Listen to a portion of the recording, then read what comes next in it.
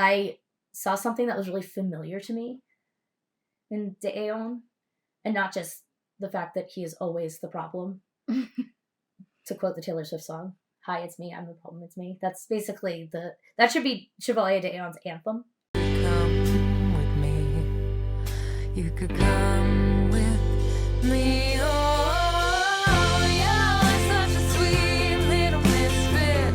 When your smile falls down, I wanna lift it. Wanna make you better. Wanna run away together. Welcome to D-Listers of History, a podcast and now a YouTube channel about people that you've never heard of who changed the world. My name is Fayge, and I am your public historian who still has laryngitis. It's been a month. It's been a long time since you've had a normal voice. I have forgotten what it feels like. My name is Mazal. I am a multimedia fiber artist and history enthusiast, and I'm here to talk about Chevalier de Aeon. Yes. So, just as a caveat, some of you might have seen, this is our second ever video episode and our first with the two of us. And we don't know what we're doing when video is involved. So please forgive any bumps along the way. And we'll get there. We'll figure it out eventually. It took us like an hour to set up. It was stressful. So here we go. So with the Chevalier de Aeon, I found him really unexpectedly, which is my favorite way to find D-listers. People ask me a lot, how do I find D-listers? And I mean, sometimes it's people I just know about. Sometimes people like to tell me their favorite D-listers, which I appreciate because it's usually in some field that I am completely unaware of. Sometimes I literally just go, who invented X, Y, and Z? And Google it, and that's my D-lister. But in this case, it was a case where I found a D-lister while researching a different D-lister. So a few episodes ago, we talked about the Chevalier de Saint-Georges, who was a amazing violinist and composer in the 18th century. And in that story, there was this brief moment where they discussed him having a sword fight with this person, the Chevalier de Aeon. And first of all, I'm just going to put a blanket. I'm sorry to anyone who cares about the French language because I'm going to butcher it. I'm trying, but I took German. It's just not in my blood. But anyway, but I can tell you about French that Chevalier with the E on the end. I don't know if I'm pronouncing that right, but that is the feminine. Mm-hmm. And Chevalier means like sir, like kind of like a knight, like Sir Lancelot or whatever. I'm but I have less idea about any of this than Fayge does. Like I don't know any French. I took Spanish. Something I've discovered that is very annoying to me as a public historian who does not do French is, for some reason, and people can correct me if I'm wrong, but for some reason, French is the one language that in English language books, authors won't translate things. So like if you're reading something and it's like... It's so annoying. In German, like if something was happening in Germany and somebody wrote a book that was in German, they'll write the title of the book in English because it's an English book. They might also put the title in German, but there's always that English translation. That doesn't happen with French. They're just like, you're researching a French person, you must know French. And for those of you who've been listening for a little while, you know, I've in the past gamely sort of like tried my best to say these like French titles of books and things, and I've given up. Everything this time went through Google Translate because it's the names are enough. So the Chevalier de Aeon, the reason why he showed up in my research for Chevalier de Saint-Georges was because besides being a violinist and composer, the Chevalier de Saint-Georges was a really famous sword fighter in Europe. And at one point in his life, he did a very highly publicized show match with the Chevalier de Aeon, who there's this great picture of it where the Chevalier is wearing a dress and she's she's very much dominating the picture. And what year was this? Like, you listen. say picture, was it a photograph or Oh, a no, drawing? oh my god, no. This is the 18th century. Okay. I couldn't remember when This was like in the 1780s. Oh yeah, because it was right before the French Revolution. Yes, it was not a photograph. But he is just dominating, or she is just dominating the picture. And you see, I already slipped up on pronouns, and there's a reason for that. The Chevalier story is very complicated, especially as regards gender. So the thing that has brought them down in history is the fact that they spent half of their life as a man and half of it as a woman. And for a long time, it was sort of a kind of gross, like, ooh, this is so weird, kind of thing. And even now people are taking an interest in him, in part because Chevalier is kind of an interesting guy. And there's a lot of disagreement about where they would have landed in the realm of sex and gender. So we're going to start by just sort of laying some groundwork of the modern concept of sex and gender. And I say modern because gender is a construct. And I don't mean like gender's fake. Throw it in the trash. Gender's real, but it's a social construct. Just like taxes. Right. Society... a little concerned by that. Okay, taxes, I should say, are a real thing. But they were made by people. Right. So and so depending on people define them. Where you live and when you live, there are different numbers of genders, there are different concepts of gender and sex, and it changes. So we are going to sort of lay out what the sort of like what at least our modern understanding is as the baseline before we dive into this admittedly very complex historical figure. And gender is complex. And I thought it was there were just 3 genders. I was going to make a joke and I can't think of what those 3 genders are. Boy, girl, and cat. I don't know. Oh. Our cat was... The irony of me trying to make this joke with the public universal friend just kind of hanging out behind us. Episode about him as well, by the way, if you want all your queer history. Yeah, so there are a lot of different concepts of gender throughout history, throughout different parts of the world. So when we're talking about this right now, we are specifically talking through, I guess, a Western lens, just because that is not just Western, like American English speaking. Yeah. Because language comes into it too. Because English is a language that does not have gender differentiation to the same extreme as French or German or most other European languages. It changes based on your context of where you are living, your culture, your language. In English-speaking America, and not just America, English-speaking. But that's our context. That's our context. We're American. We're English-speaking. We live in Philly. We are clearly gay. When you are looking at gender, we need to differentiate gender from sex. Sex is sex is sort of a cultural, depending on which way you're defining sex, it is also a cultural construct. So what I wrote down about sex was that it is, and I got this from my brain. Okay. But that it is a set of primary and secondary physical characteristics that in our modern context can sometimes be changed. But like your DNA doesn't change. Your DNA doesn't change, but here's where I say it's the social construct. So when people think about sex, a lot of people think about your DNA. They think about your chromosomes. Yeah. Are you XX or XY? But a lot of people are not XX or XY. There's a lot of other variations. And sometimes they will define, depending on physical characteristics is usually how people are actually assigned to sex.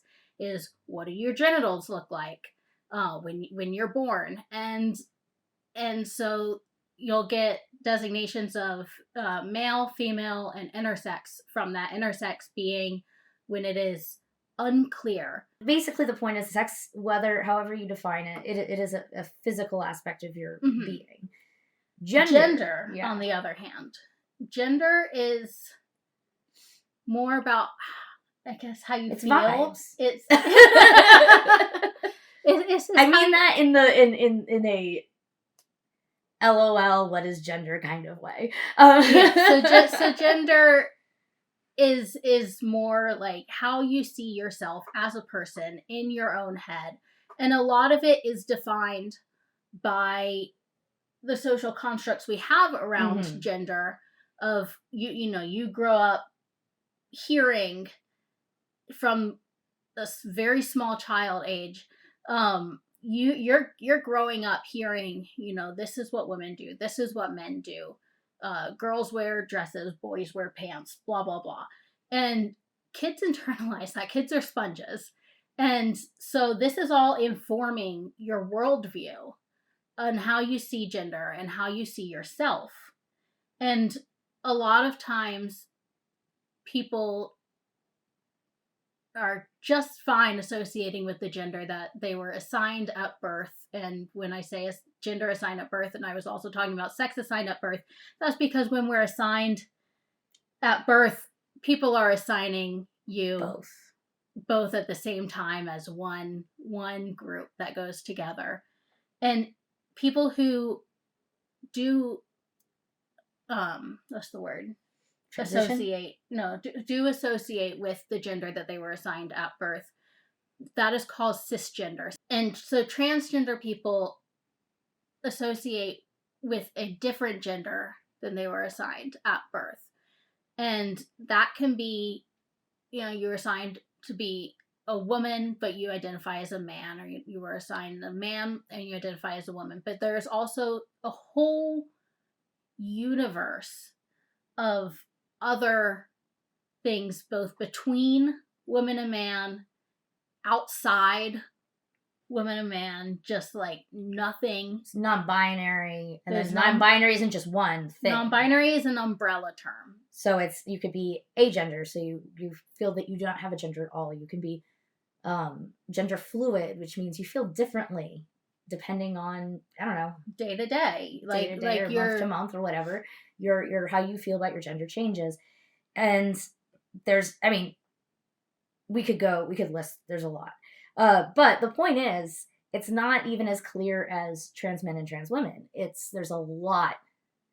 There's a whole universe of identities. And beyond that, even this terminology that we're using is new. Yeah, like in 5 years it's going to be outdated. Yeah, it is. when I and this, it goes for all different gender and sexuality terms, really have changed so much just like in our lifetime. Oh yeah. We're in our 30s. Like the way we talked about this in high school is massively different. Very different. It's better now. Yeah. But it was different. But it's different. Like when I was in high school, I thought that I was a straight woman because I didn't have the language to know that there were other options besides just plain old gay. Like there's more options than that. I was like, well, I it's not that I only like women, and so clearly I'm straight. Clearly I'm straight. Which makes these are just good friendships that I have. Very good friendships, and I just really want to be their friend. But at any rate, so the whole point of this is like things change even within our lifetimes. Language has changed. Mm-hmm. Actually, the book that I use predominantly for a lot of my research for this uses a lot of language that I was like, whoa boy. And they weren't meaning to use it in a way as offensive, but the book was published in 2010, and some of those papers were written 10 years before that. So they were using the language that was considered the appropriate language at that time. Mm-hmm. And academia is always like a little behind Mm-hmm. everything else.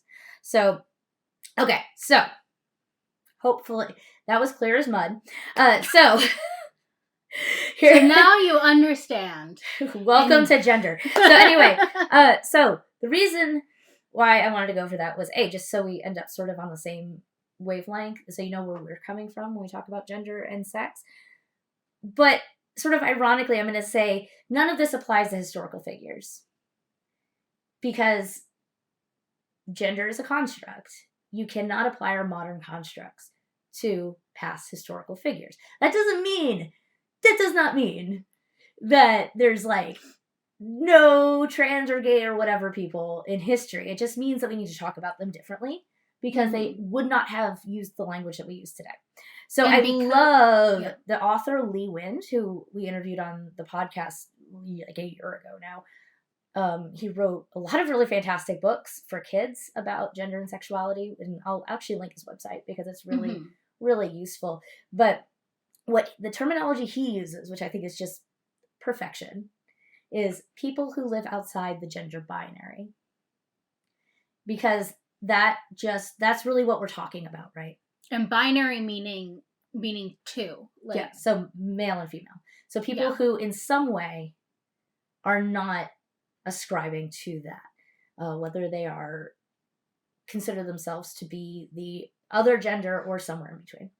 So that's the way I like to think of it, because it's basically it's calling a thing what it is. They're not that these people are not ascribing to what gender is in their time. So Chevalier de Aon.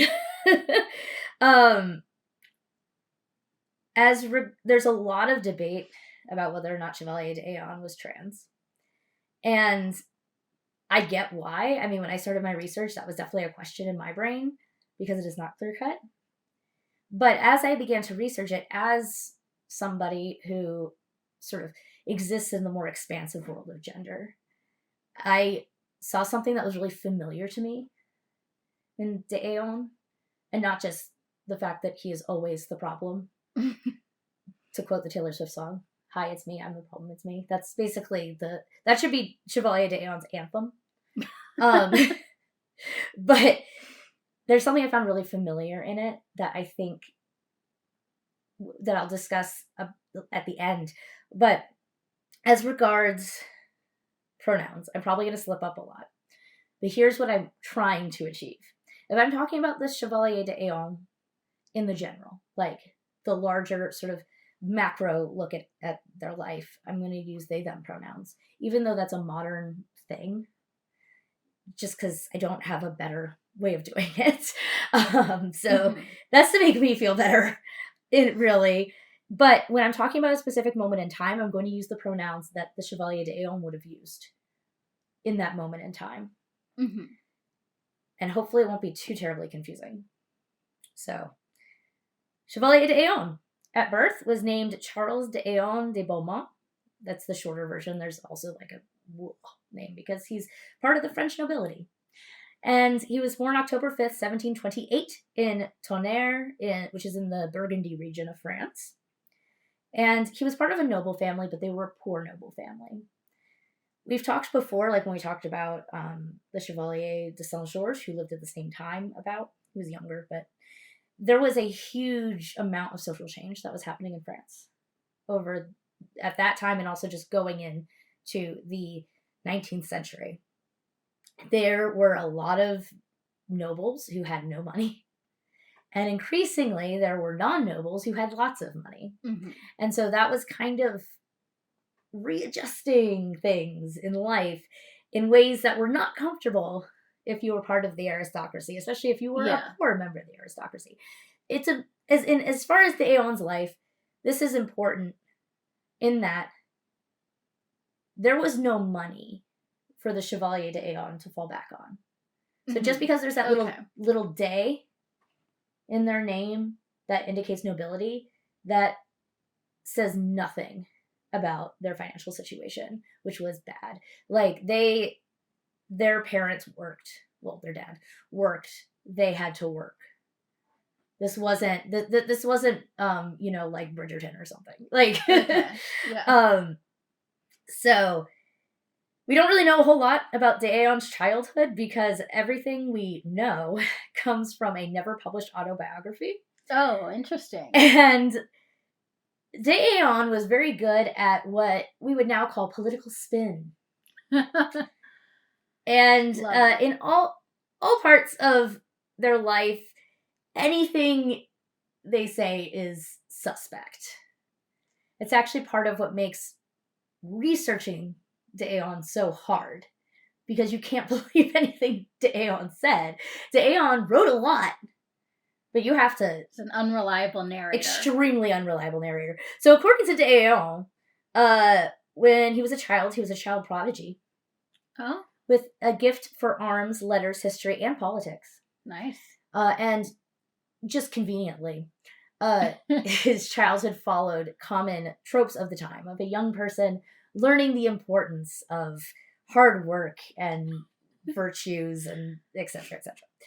Whatever. The first thing that I could find that you can actually verify happened in De Aon's life is in the early 1940s, he joins the military as a dragoon. A dragoon was a European type of military unit. Okay. The American military had it too, but we kind of had a European style military for a long time. Dragoons were heavily armed mounted units. Okay. So before you had tanks and stuff, they were the tanks. Horses. You got guys on horses. And so he had to have learned a lot of really important skills to prove himself as a dragoon. So sword fighting, which eventually would be really important in his life, horse riding. They would have had some period appropriate musketry, not a big long musket because you can't fire that from a horse, but there was just always, they were always trying to invent guns that you could fire from a horse. There's a lot of research done on that. And he did well for himself as a dragoon. So he entered the world of diplomacy. Okay. And in the 1750s, he became secretary to the French ambassador to Russia. And is this, and this, him becoming part of diplomacy, is that something that we know from him, or have other people also written? This is verifiable. Okay, it is verifiable. Everything I say, as a fact, is verifiable from something else. Okay. At least as I understand it from the way the papers I wrote them. Historians in our modern day are not afraid to be you can't believe anything this guy says. So, 1750s becomes secretary to the French ambassador to Russia. And this is the first time from a historical perspective that this gender fluidity starts to show up, but it's not clear-cut. So, Empress Elizabeth of Russia liked to have weekly metamorphosis balls. Oh, that's fun. At which all the women were required to dress as men, and all the men were required to dress as women. That's so much fun. That was a thing at the time. Yes, and everybody hated it, which is why she did it, because it was a way of expressing power. You hate this, but you have to do it because I'm the empress. Sorry. And so he did definitely attend at least some of these parties dressed as a woman, and he later on in his own memoirs, which again, cannot believe, said that he took to masquerading as a woman to become a part of Elizabeth's inner circle, but there is no additional evidence of that. So the suspicion is that was something that they added to their life later to add more intrigue to their time in Russia, because otherwise their time in Russia was pretty unnotable. But this is the first time that we know there was he definitely had a dress that we know he owned and that kind of thing. But so did everyone else, because you had to go to these balls every week. So he returns to France at the end of the decade, 1759, becomes a member of King Louis XV. This is the first time I'm going to butcher the French language. My apologies. Secret de Roi. Okay. Which is for lack of a better term, kind of like the king's private CIA. So the rest of the French government was completely unaware that this group existed. And it allowed the king to pursue different aims from what the official positions of the French government were. Which is weird because the king was the French government at this time. But politics, complicated. So he became a member of this. He became a spy. D'Eon became a spy. And he then also fought for a little bit in the 7 Years' War. Does he say what he spied on? Yes. Yeah, it's coming. Nice. It's coming. So he fought for a time in the 7 Years' War, was granted a pension from the French government for his work in Russia, which is important because he had no money. Mm-hmm. He was wounded in battle, and he received the Cross of the Order of Saint Louis and the title of Chevalier at that time. Okay. And Chevalier, we did go over that in the other episode. And here, too. So that's like the equivalent of Sir whoever. Mm-hmm. But you earn it through exactly? You can, I believe you can inherit it, I think. But you can earn it through various royal orders. So in this case, he earned it through the Royal Order of Saint Louis, which is for honoring valor in battle. And yeah, so he gets to become a Chevalier. Very exciting. And he also he became secretary to the Duc de... I mentioned I don't like French. Duc de Nivernais, I think. Okay. And they went to draft a peace treaty to end the 7 Years' War, which they were successful at, and the treaty was signed in Paris on the 10th of February, 1763. And when the Duke returns to France, D'Eon is appointed basically interim ambassador from France to London. So now he's in this position where he's not only acting as the French ambassador, so the official side of French governance, he's also a spy. So he had to follow the French position of peace while also working with the king to plan their next attack on England, which was his official job. And he loved being ambassador of France. And unfortunately, he wasn't actually very good at being an ambassador. And we know this because he was sending letters back and forth to the court. And his information was like old and bad. Okay. Because we can verify like when things happened. So like he wouldn't talk about meetings that happened. And he would talk about like weird gossip about like the private lives of various people in the English court. Like it was very TMZ as I understand it. And what made this all even worse is that he didn't speak English, so he had to get all of his information from French speakers, which, to be fair, the court of St. James. There were probably a lot of them. Yeah, they all spoke French because that was like the language. That was the trade language at the time. But nonetheless, anything that like might be important to pass along to the French court was probably happening in English. Mm-hmm. So it limited where he could get his information from. He also, at every single opportunity in these letters, will lambaste the English. He really cannot wrap his brain around free press and free speech. Because you have to understand, the British had a relatively free press and free speech at this time. And the French super did not. Mm-hmm. And so what he saw was this very, like, disorganized, messy kind of way of doing things that seemed just bad to him. October of 1763, the new ambassador comes. This guy, Comte de Guerchi. That is definitely wrong. Okay. But we're going with it. We're going to call him the How Comte. do you spell that? Guerchy. Guerchy. I don't know French, but I feel like that would be a sh sound, right? Guerchy? I don't know. Chevalier. We are calling him the Comte. Which is Okay. his title. Comte takes over as ambassador, and d'Eon was big mad. Because first of all, he wanted the gig, right? And second of all, to make it even worse, the Comte comes from a rival, like, political faction at court. And so, like, this is just bad news all around for d'Eon. And instead of just, I don't know, being quiet and trying to change things behind the scenes like, a spy might, Yeah. he pitches a very public fit about this entire thing. Yeah, well, that sounds like a great idea if you're trying to be on the DL.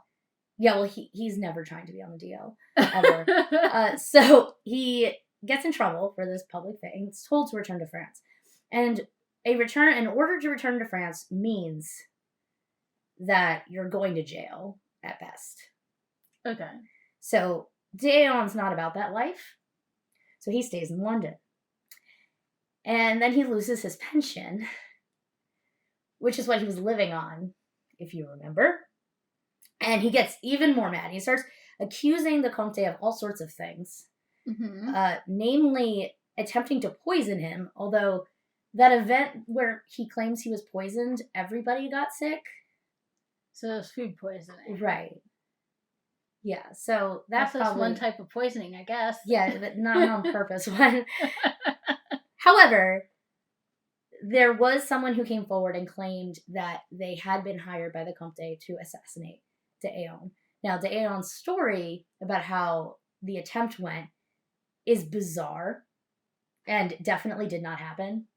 I mean, like, you finish it and you just want to be like, and they all stood up and clapped. Like, it's just, like, it didn't happen. But this guy does come forward and says he was told to assassinate d'Eon, which was not unheard of. How did d'Eon say he was attempted to be assassinated? There was this, like, we were walking through the park, and then, like, I went right, and the person I was walking with went left, and then she changed her mind, and so she came right, and they saw there was a woman with me. It was I couldn't find it when I was writing my notes, but it was silly. But he probably was in danger, whether in the way he described or not. And so he decides to use that very free press that he was so critical of. He becomes a master of the free press. He starts publishing anywhere he can to basically speak out against the Comte. But even more important, he prints a pamphlet, the infamous Letters, Memoirs, and Private Negotiations of the Chevalier de Saint-Georges in 1764. And this basically was most of the stuff that he had written to the French court. So it was all his, like, secret spy stuff. But he left off some very important stuff. Okay. Namely, the existence of the Secret du Roi. And their plans to invade England, which never happened. But so he kind of kept that as insurance. So he was like, look, I'm willing to, like, put out all of our dirty laundry. And he put all the gossip in the British press. And man, the British loved him. Like, they loved this guy. I bet. And he was not afraid to use it. There was even at one point, there were, like, mobs coming by the Comte's house and, like, throwing things at his house just because he was mean to Chevalier de Saint-Georges. But like I said, he kept back the most inflammatory stuff as insurance. And it worked. So he was still exiled from France, but he was given a much nicer pension. Good. Than what he had before. Directly from King Louis XV. And was told, like, don't come back. But here's literally 10 times what we were paying you before. Oh, wow. Yeah.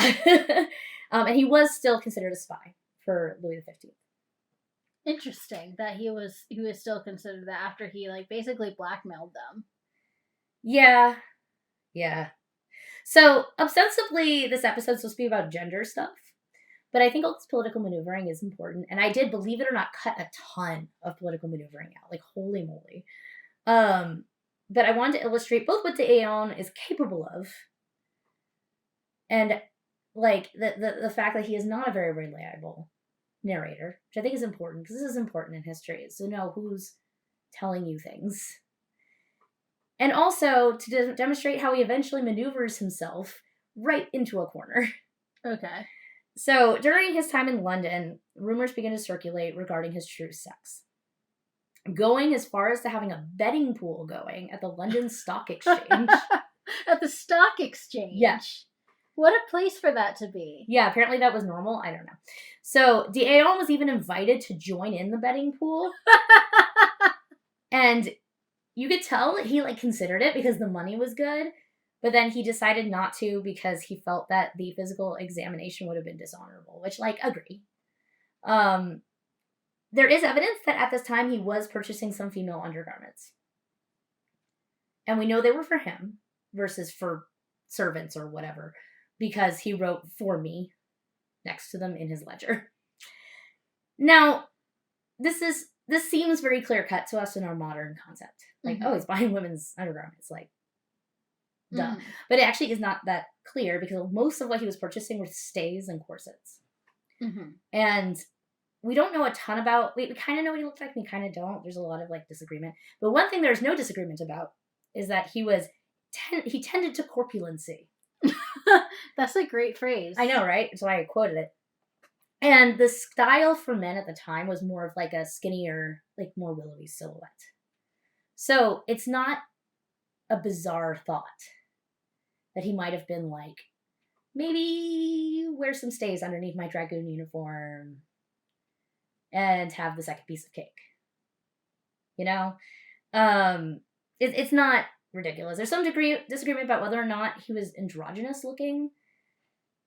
The few paintings taken from life don't suggest that, but again, this concept of androgyny, what looks androgynous to somebody in 1750 is going to be different from what looks androgynous to us. So I look at his pictures and I go, like, I don't look androgynous to me, but that doesn't necessarily mean anything.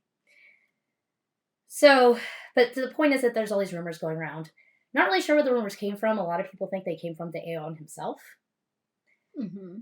But remains to be seen. So, 1774, Louis XV dies. And along with him does the Secret de Roy. And so D'Aon starts trying to negotiate his way back to France. And this is where the story takes the turn that is why I heard anything about this person.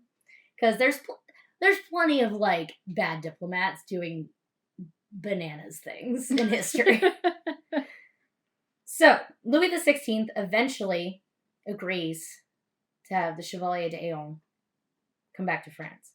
But under a variety of conditions. But one of those conditions was that he dress as his true sex, as that of a woman.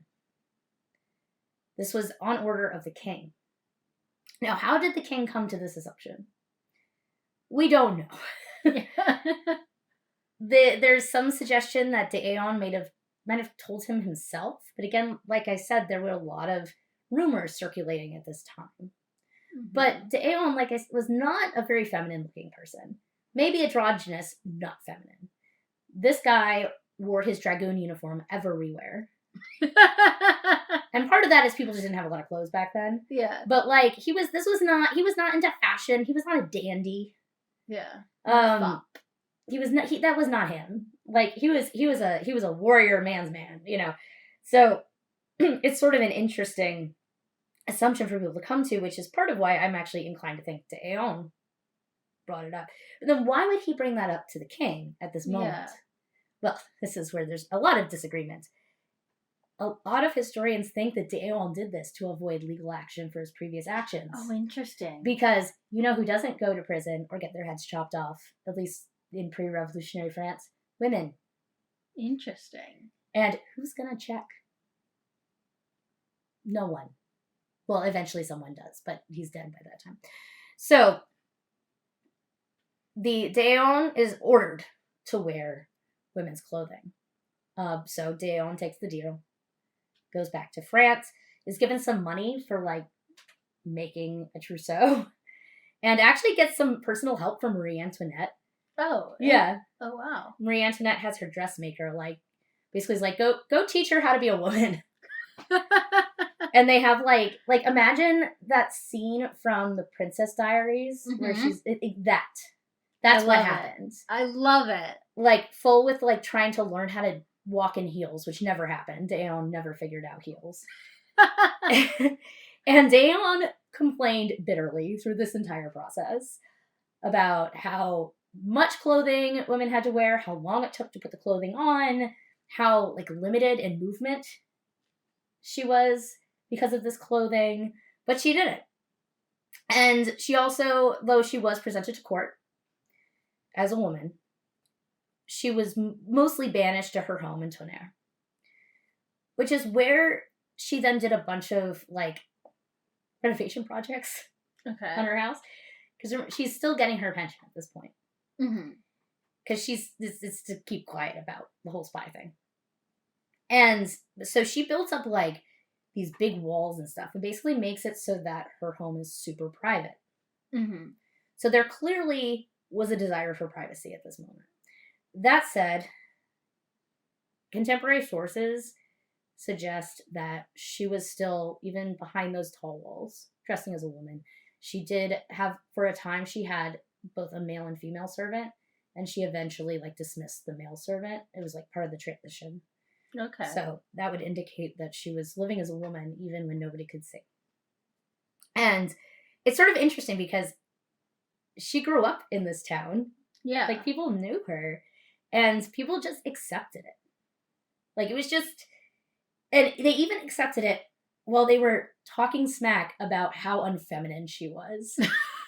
So they would say, like, there are these great things where people, contemporary, like, letters and stuff, where they're like, ugh, the Chevalier, because Daeon was able to keep the title, which is unusual, walks like a man and speaks like a grenadier.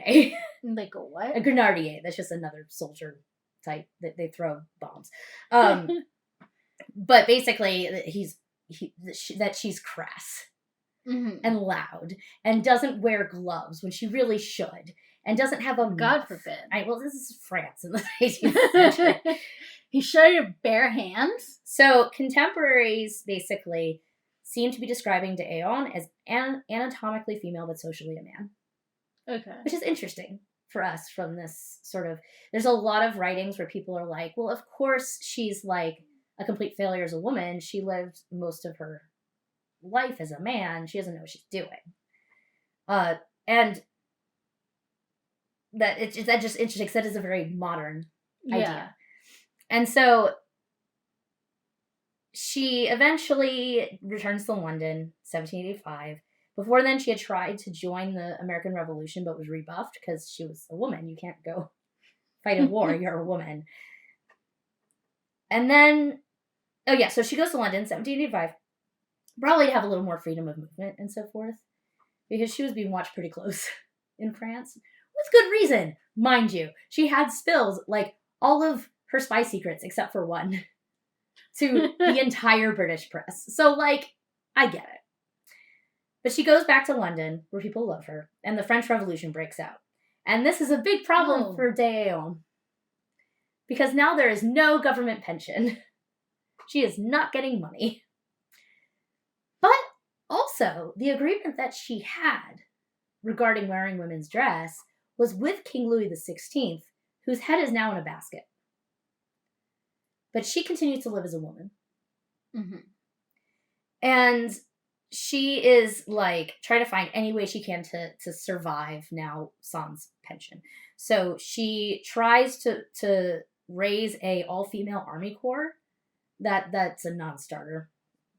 It's fun though. I know, right? Like this is like it's like there's a lot of language around her, calling her like an Amazonian or like like Artemis, and like a lot of like different like Greek figures of women who are also warriors. But what she ends up doing to survive is selling her possessions, because she had plenty of them, because she might not have cared very much about fashion. She did like stuff. So she sold off her possessions, and she also started putting on sword fighting exhibitions. Okay. Like the one that she had with the Chevalier de Saint-Georges. So is this when that happened? Yes. Okay. Yes. She's not young at this point. Remember, she was born in 1728? Is that what I said? Yeah, 1728. Good job. And it's now the 1780s and 90s. She's not young. Mm-hmm. So she eventually is injured in 1796. Honestly, surprised it took that long. I know, right? And especially she was sword fighting in a dress. Yeah. Like, against people not in dresses. yes, who were younger than her. And, I mean, to be fair, the dress was in part kind of the shtick. Like, she was an excellent sword fighter, considered one of the best in Europe. Mm-hmm. So people probably would have wanted to see her anyway. But I think the fact that she was in a dress was like an additional kind of... like sort of salacious. Yeah, it was salacious. So, but unfortunately getting injured was kind of the end of D'Eon's financial rope. She was out of options. In 1804, she was sent to debtor's prison for 5 months. And she then suffered a fall, leaving her paralyzed for the final 4 years of her life. She died in 1810 at the age of 81. And now we have the post-mortem report. Because, of course, they couldn't help themselves. Now, me, being a historian, I go, I bet I could get a copy of this report and see what they actually wrote. And it was done in Britain, so I can read it. And so I type in, like, Chevalier de Saint-Georges post-mortem report, and I get a hit from the British Museum, and I'm like, great. I click on it. The report is a drawing of de Saint-Georges' private parts. Oh my god. So mind you. So they did, so it was like a, just a very graphic drawing? Yes. Like, it could be like an anatomy textbook. Mind you, at this moment, I am sitting in a cafe.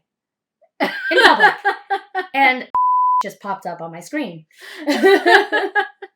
And I'm like, oh no. And the way it was, like, you couldn't, like, go away and also see the text. It was, oh my god. We know what was going on between her legs there. And it's, you know, I found it really uncomfortable that we have that.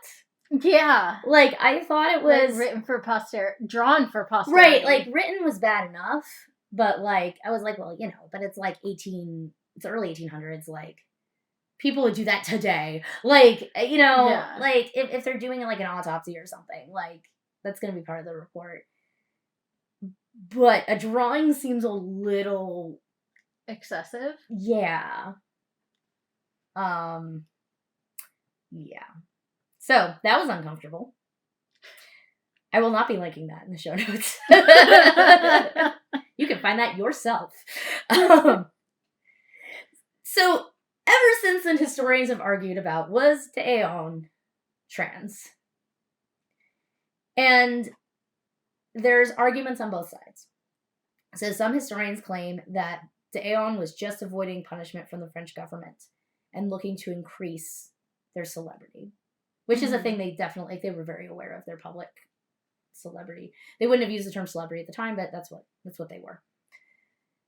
And that fits some of the stuff, but it ignores two really important facts. And one is that even after the king was dead, de Saint-Georges continued to dress as a woman and live as a woman and refer to herself as a woman. Mm-hmm. And she did attend into, like, social events and, like, dinners and stuff. She was a very popular dinner guest to have because, you know, salacious. She mostly did seem to crave privacy, as the additions to her home would suggest. Also, frankly, living life as a gender that is not your own for years is extremely uncomfortable. Yeah. I think most trans people would attest to that, at least the ones who experience dysphoria. The people who claim that Dayon is a trans woman, though, also have some issues. One is how comfortable they were as a man. Yeah. They wore their dragoon uniform everywhere. There is little to nothing. I mean, you've got rumors, which came from God knows where, and he had some female undergarments, but that could have just been because he was like feeling weird about his weight. So that's an issue, as it were. We'll get to why I don't think it's necessarily an issue, and once she was wearing women's clothes, she didn't seem to really desire to be particularly feminine. And trans women do not owe us femininity. Mm-hmm. For sure. But that combined with the appearance, at least, of comfort before the transition, the resistance to the transition, and the very convenient timing of the transition regarding her experiencing consequences for her actions, kind of throws a wrench into that. So at the beginning I said Dayon seemed really familiar to me. And I am reminded of how, again, Lee Wind got into writing about queer history. We talk about this on the episode that he's on. And how he wasn't a historian at all. He thought history was boring.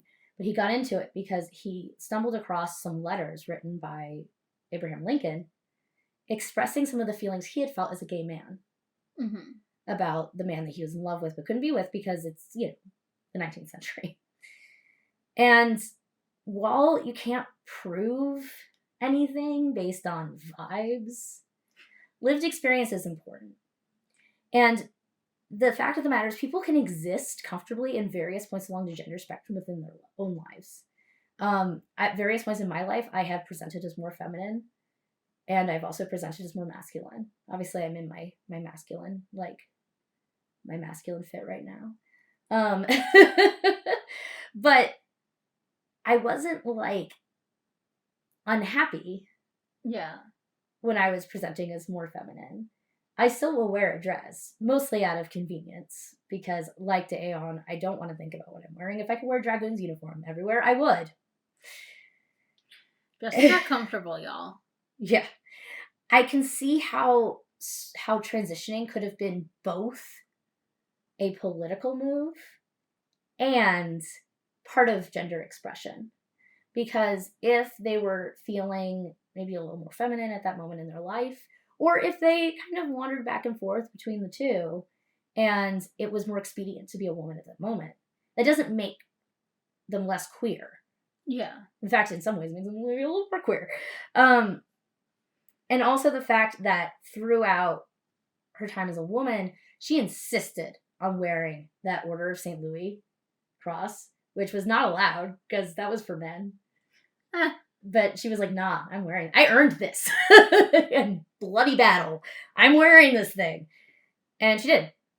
And so it's I understand the question why people would say, well, what's going on with Dayon? I get it. It comes from both, frankly, a little bit of a salacious thing, but also from a desire to see ourselves in historical figures. Because while we know there have always been queer people in history, you kind of have to look under things sometimes to find them. Yeah, pick up a rock and look under it. It's tough because historians will often say, oh, no, X, Y, and Z is not proof. And the joke is they're gals being pals, right? Like, they're just roommates. And that does exist. But also, sometimes when you look at things from knowledge of historical context, things that seem really queer to us today were not at the time. And so it gets complicated. And I think that it's that complication that makes there to be a desire among historians to be able to say yes to Aeon was trans or no to Aeon was not trans. And I don't think, A, we can do that, and B, we necessarily need to do that. Mm-hmm. Like, no matter how you slice it, this is a person who lived outside the gender binary of their time. And whatever their reasons, they did. So I that's enough for me. Yeah. And I can talk for days about us applying our modern concepts of sexuality and gender to historical figures. But what it really boils down to is we need to take people where they were at as much as we can tell. And just look at what they did. Yeah. And what they said. And Aeon wore a dress for 15 years. So, that happened. And to me, that's queer. Whatever was going on between their legs or in their head. Yeah, and the thing is, like, with these historical figures, we are never, ever going to know for sure. Like, how would they have defined themselves if they lived today? Mm-hmm. Who knows? I don't know how I define myself, and I live today because there's new words every 5 minutes. Yeah. Yeah, absolutely. And the words that I know you have used to describe ourselves have changed drastically throughout our lives. Oh, yeah.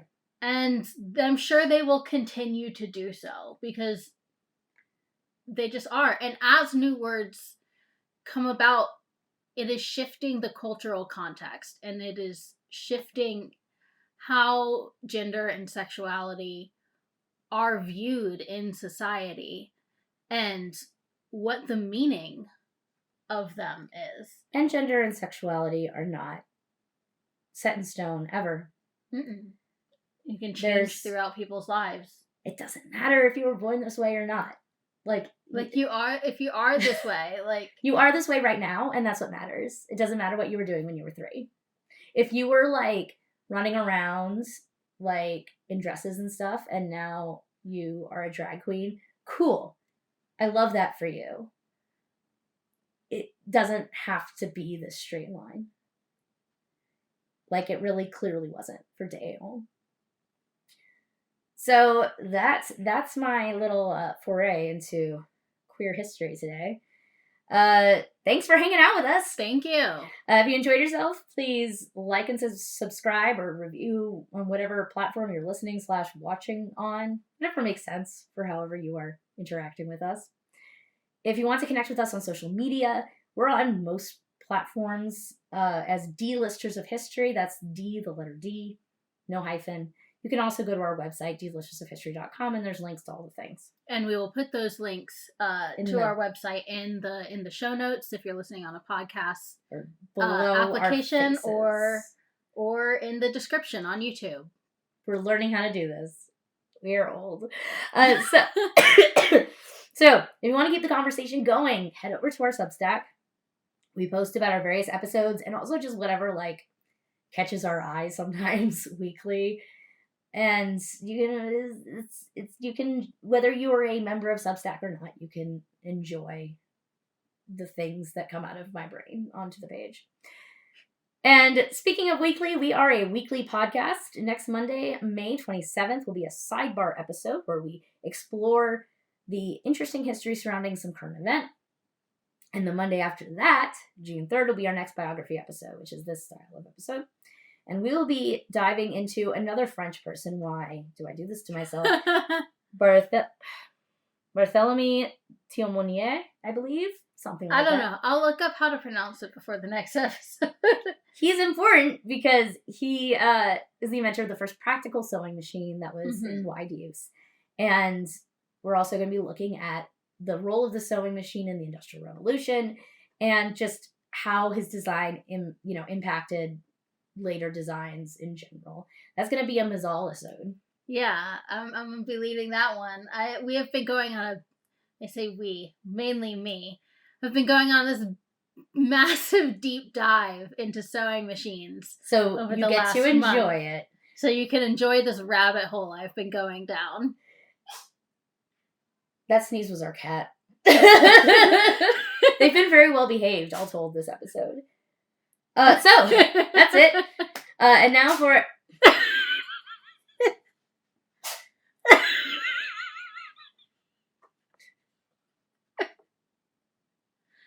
You all done, George? And now for an episode relevant audio drop.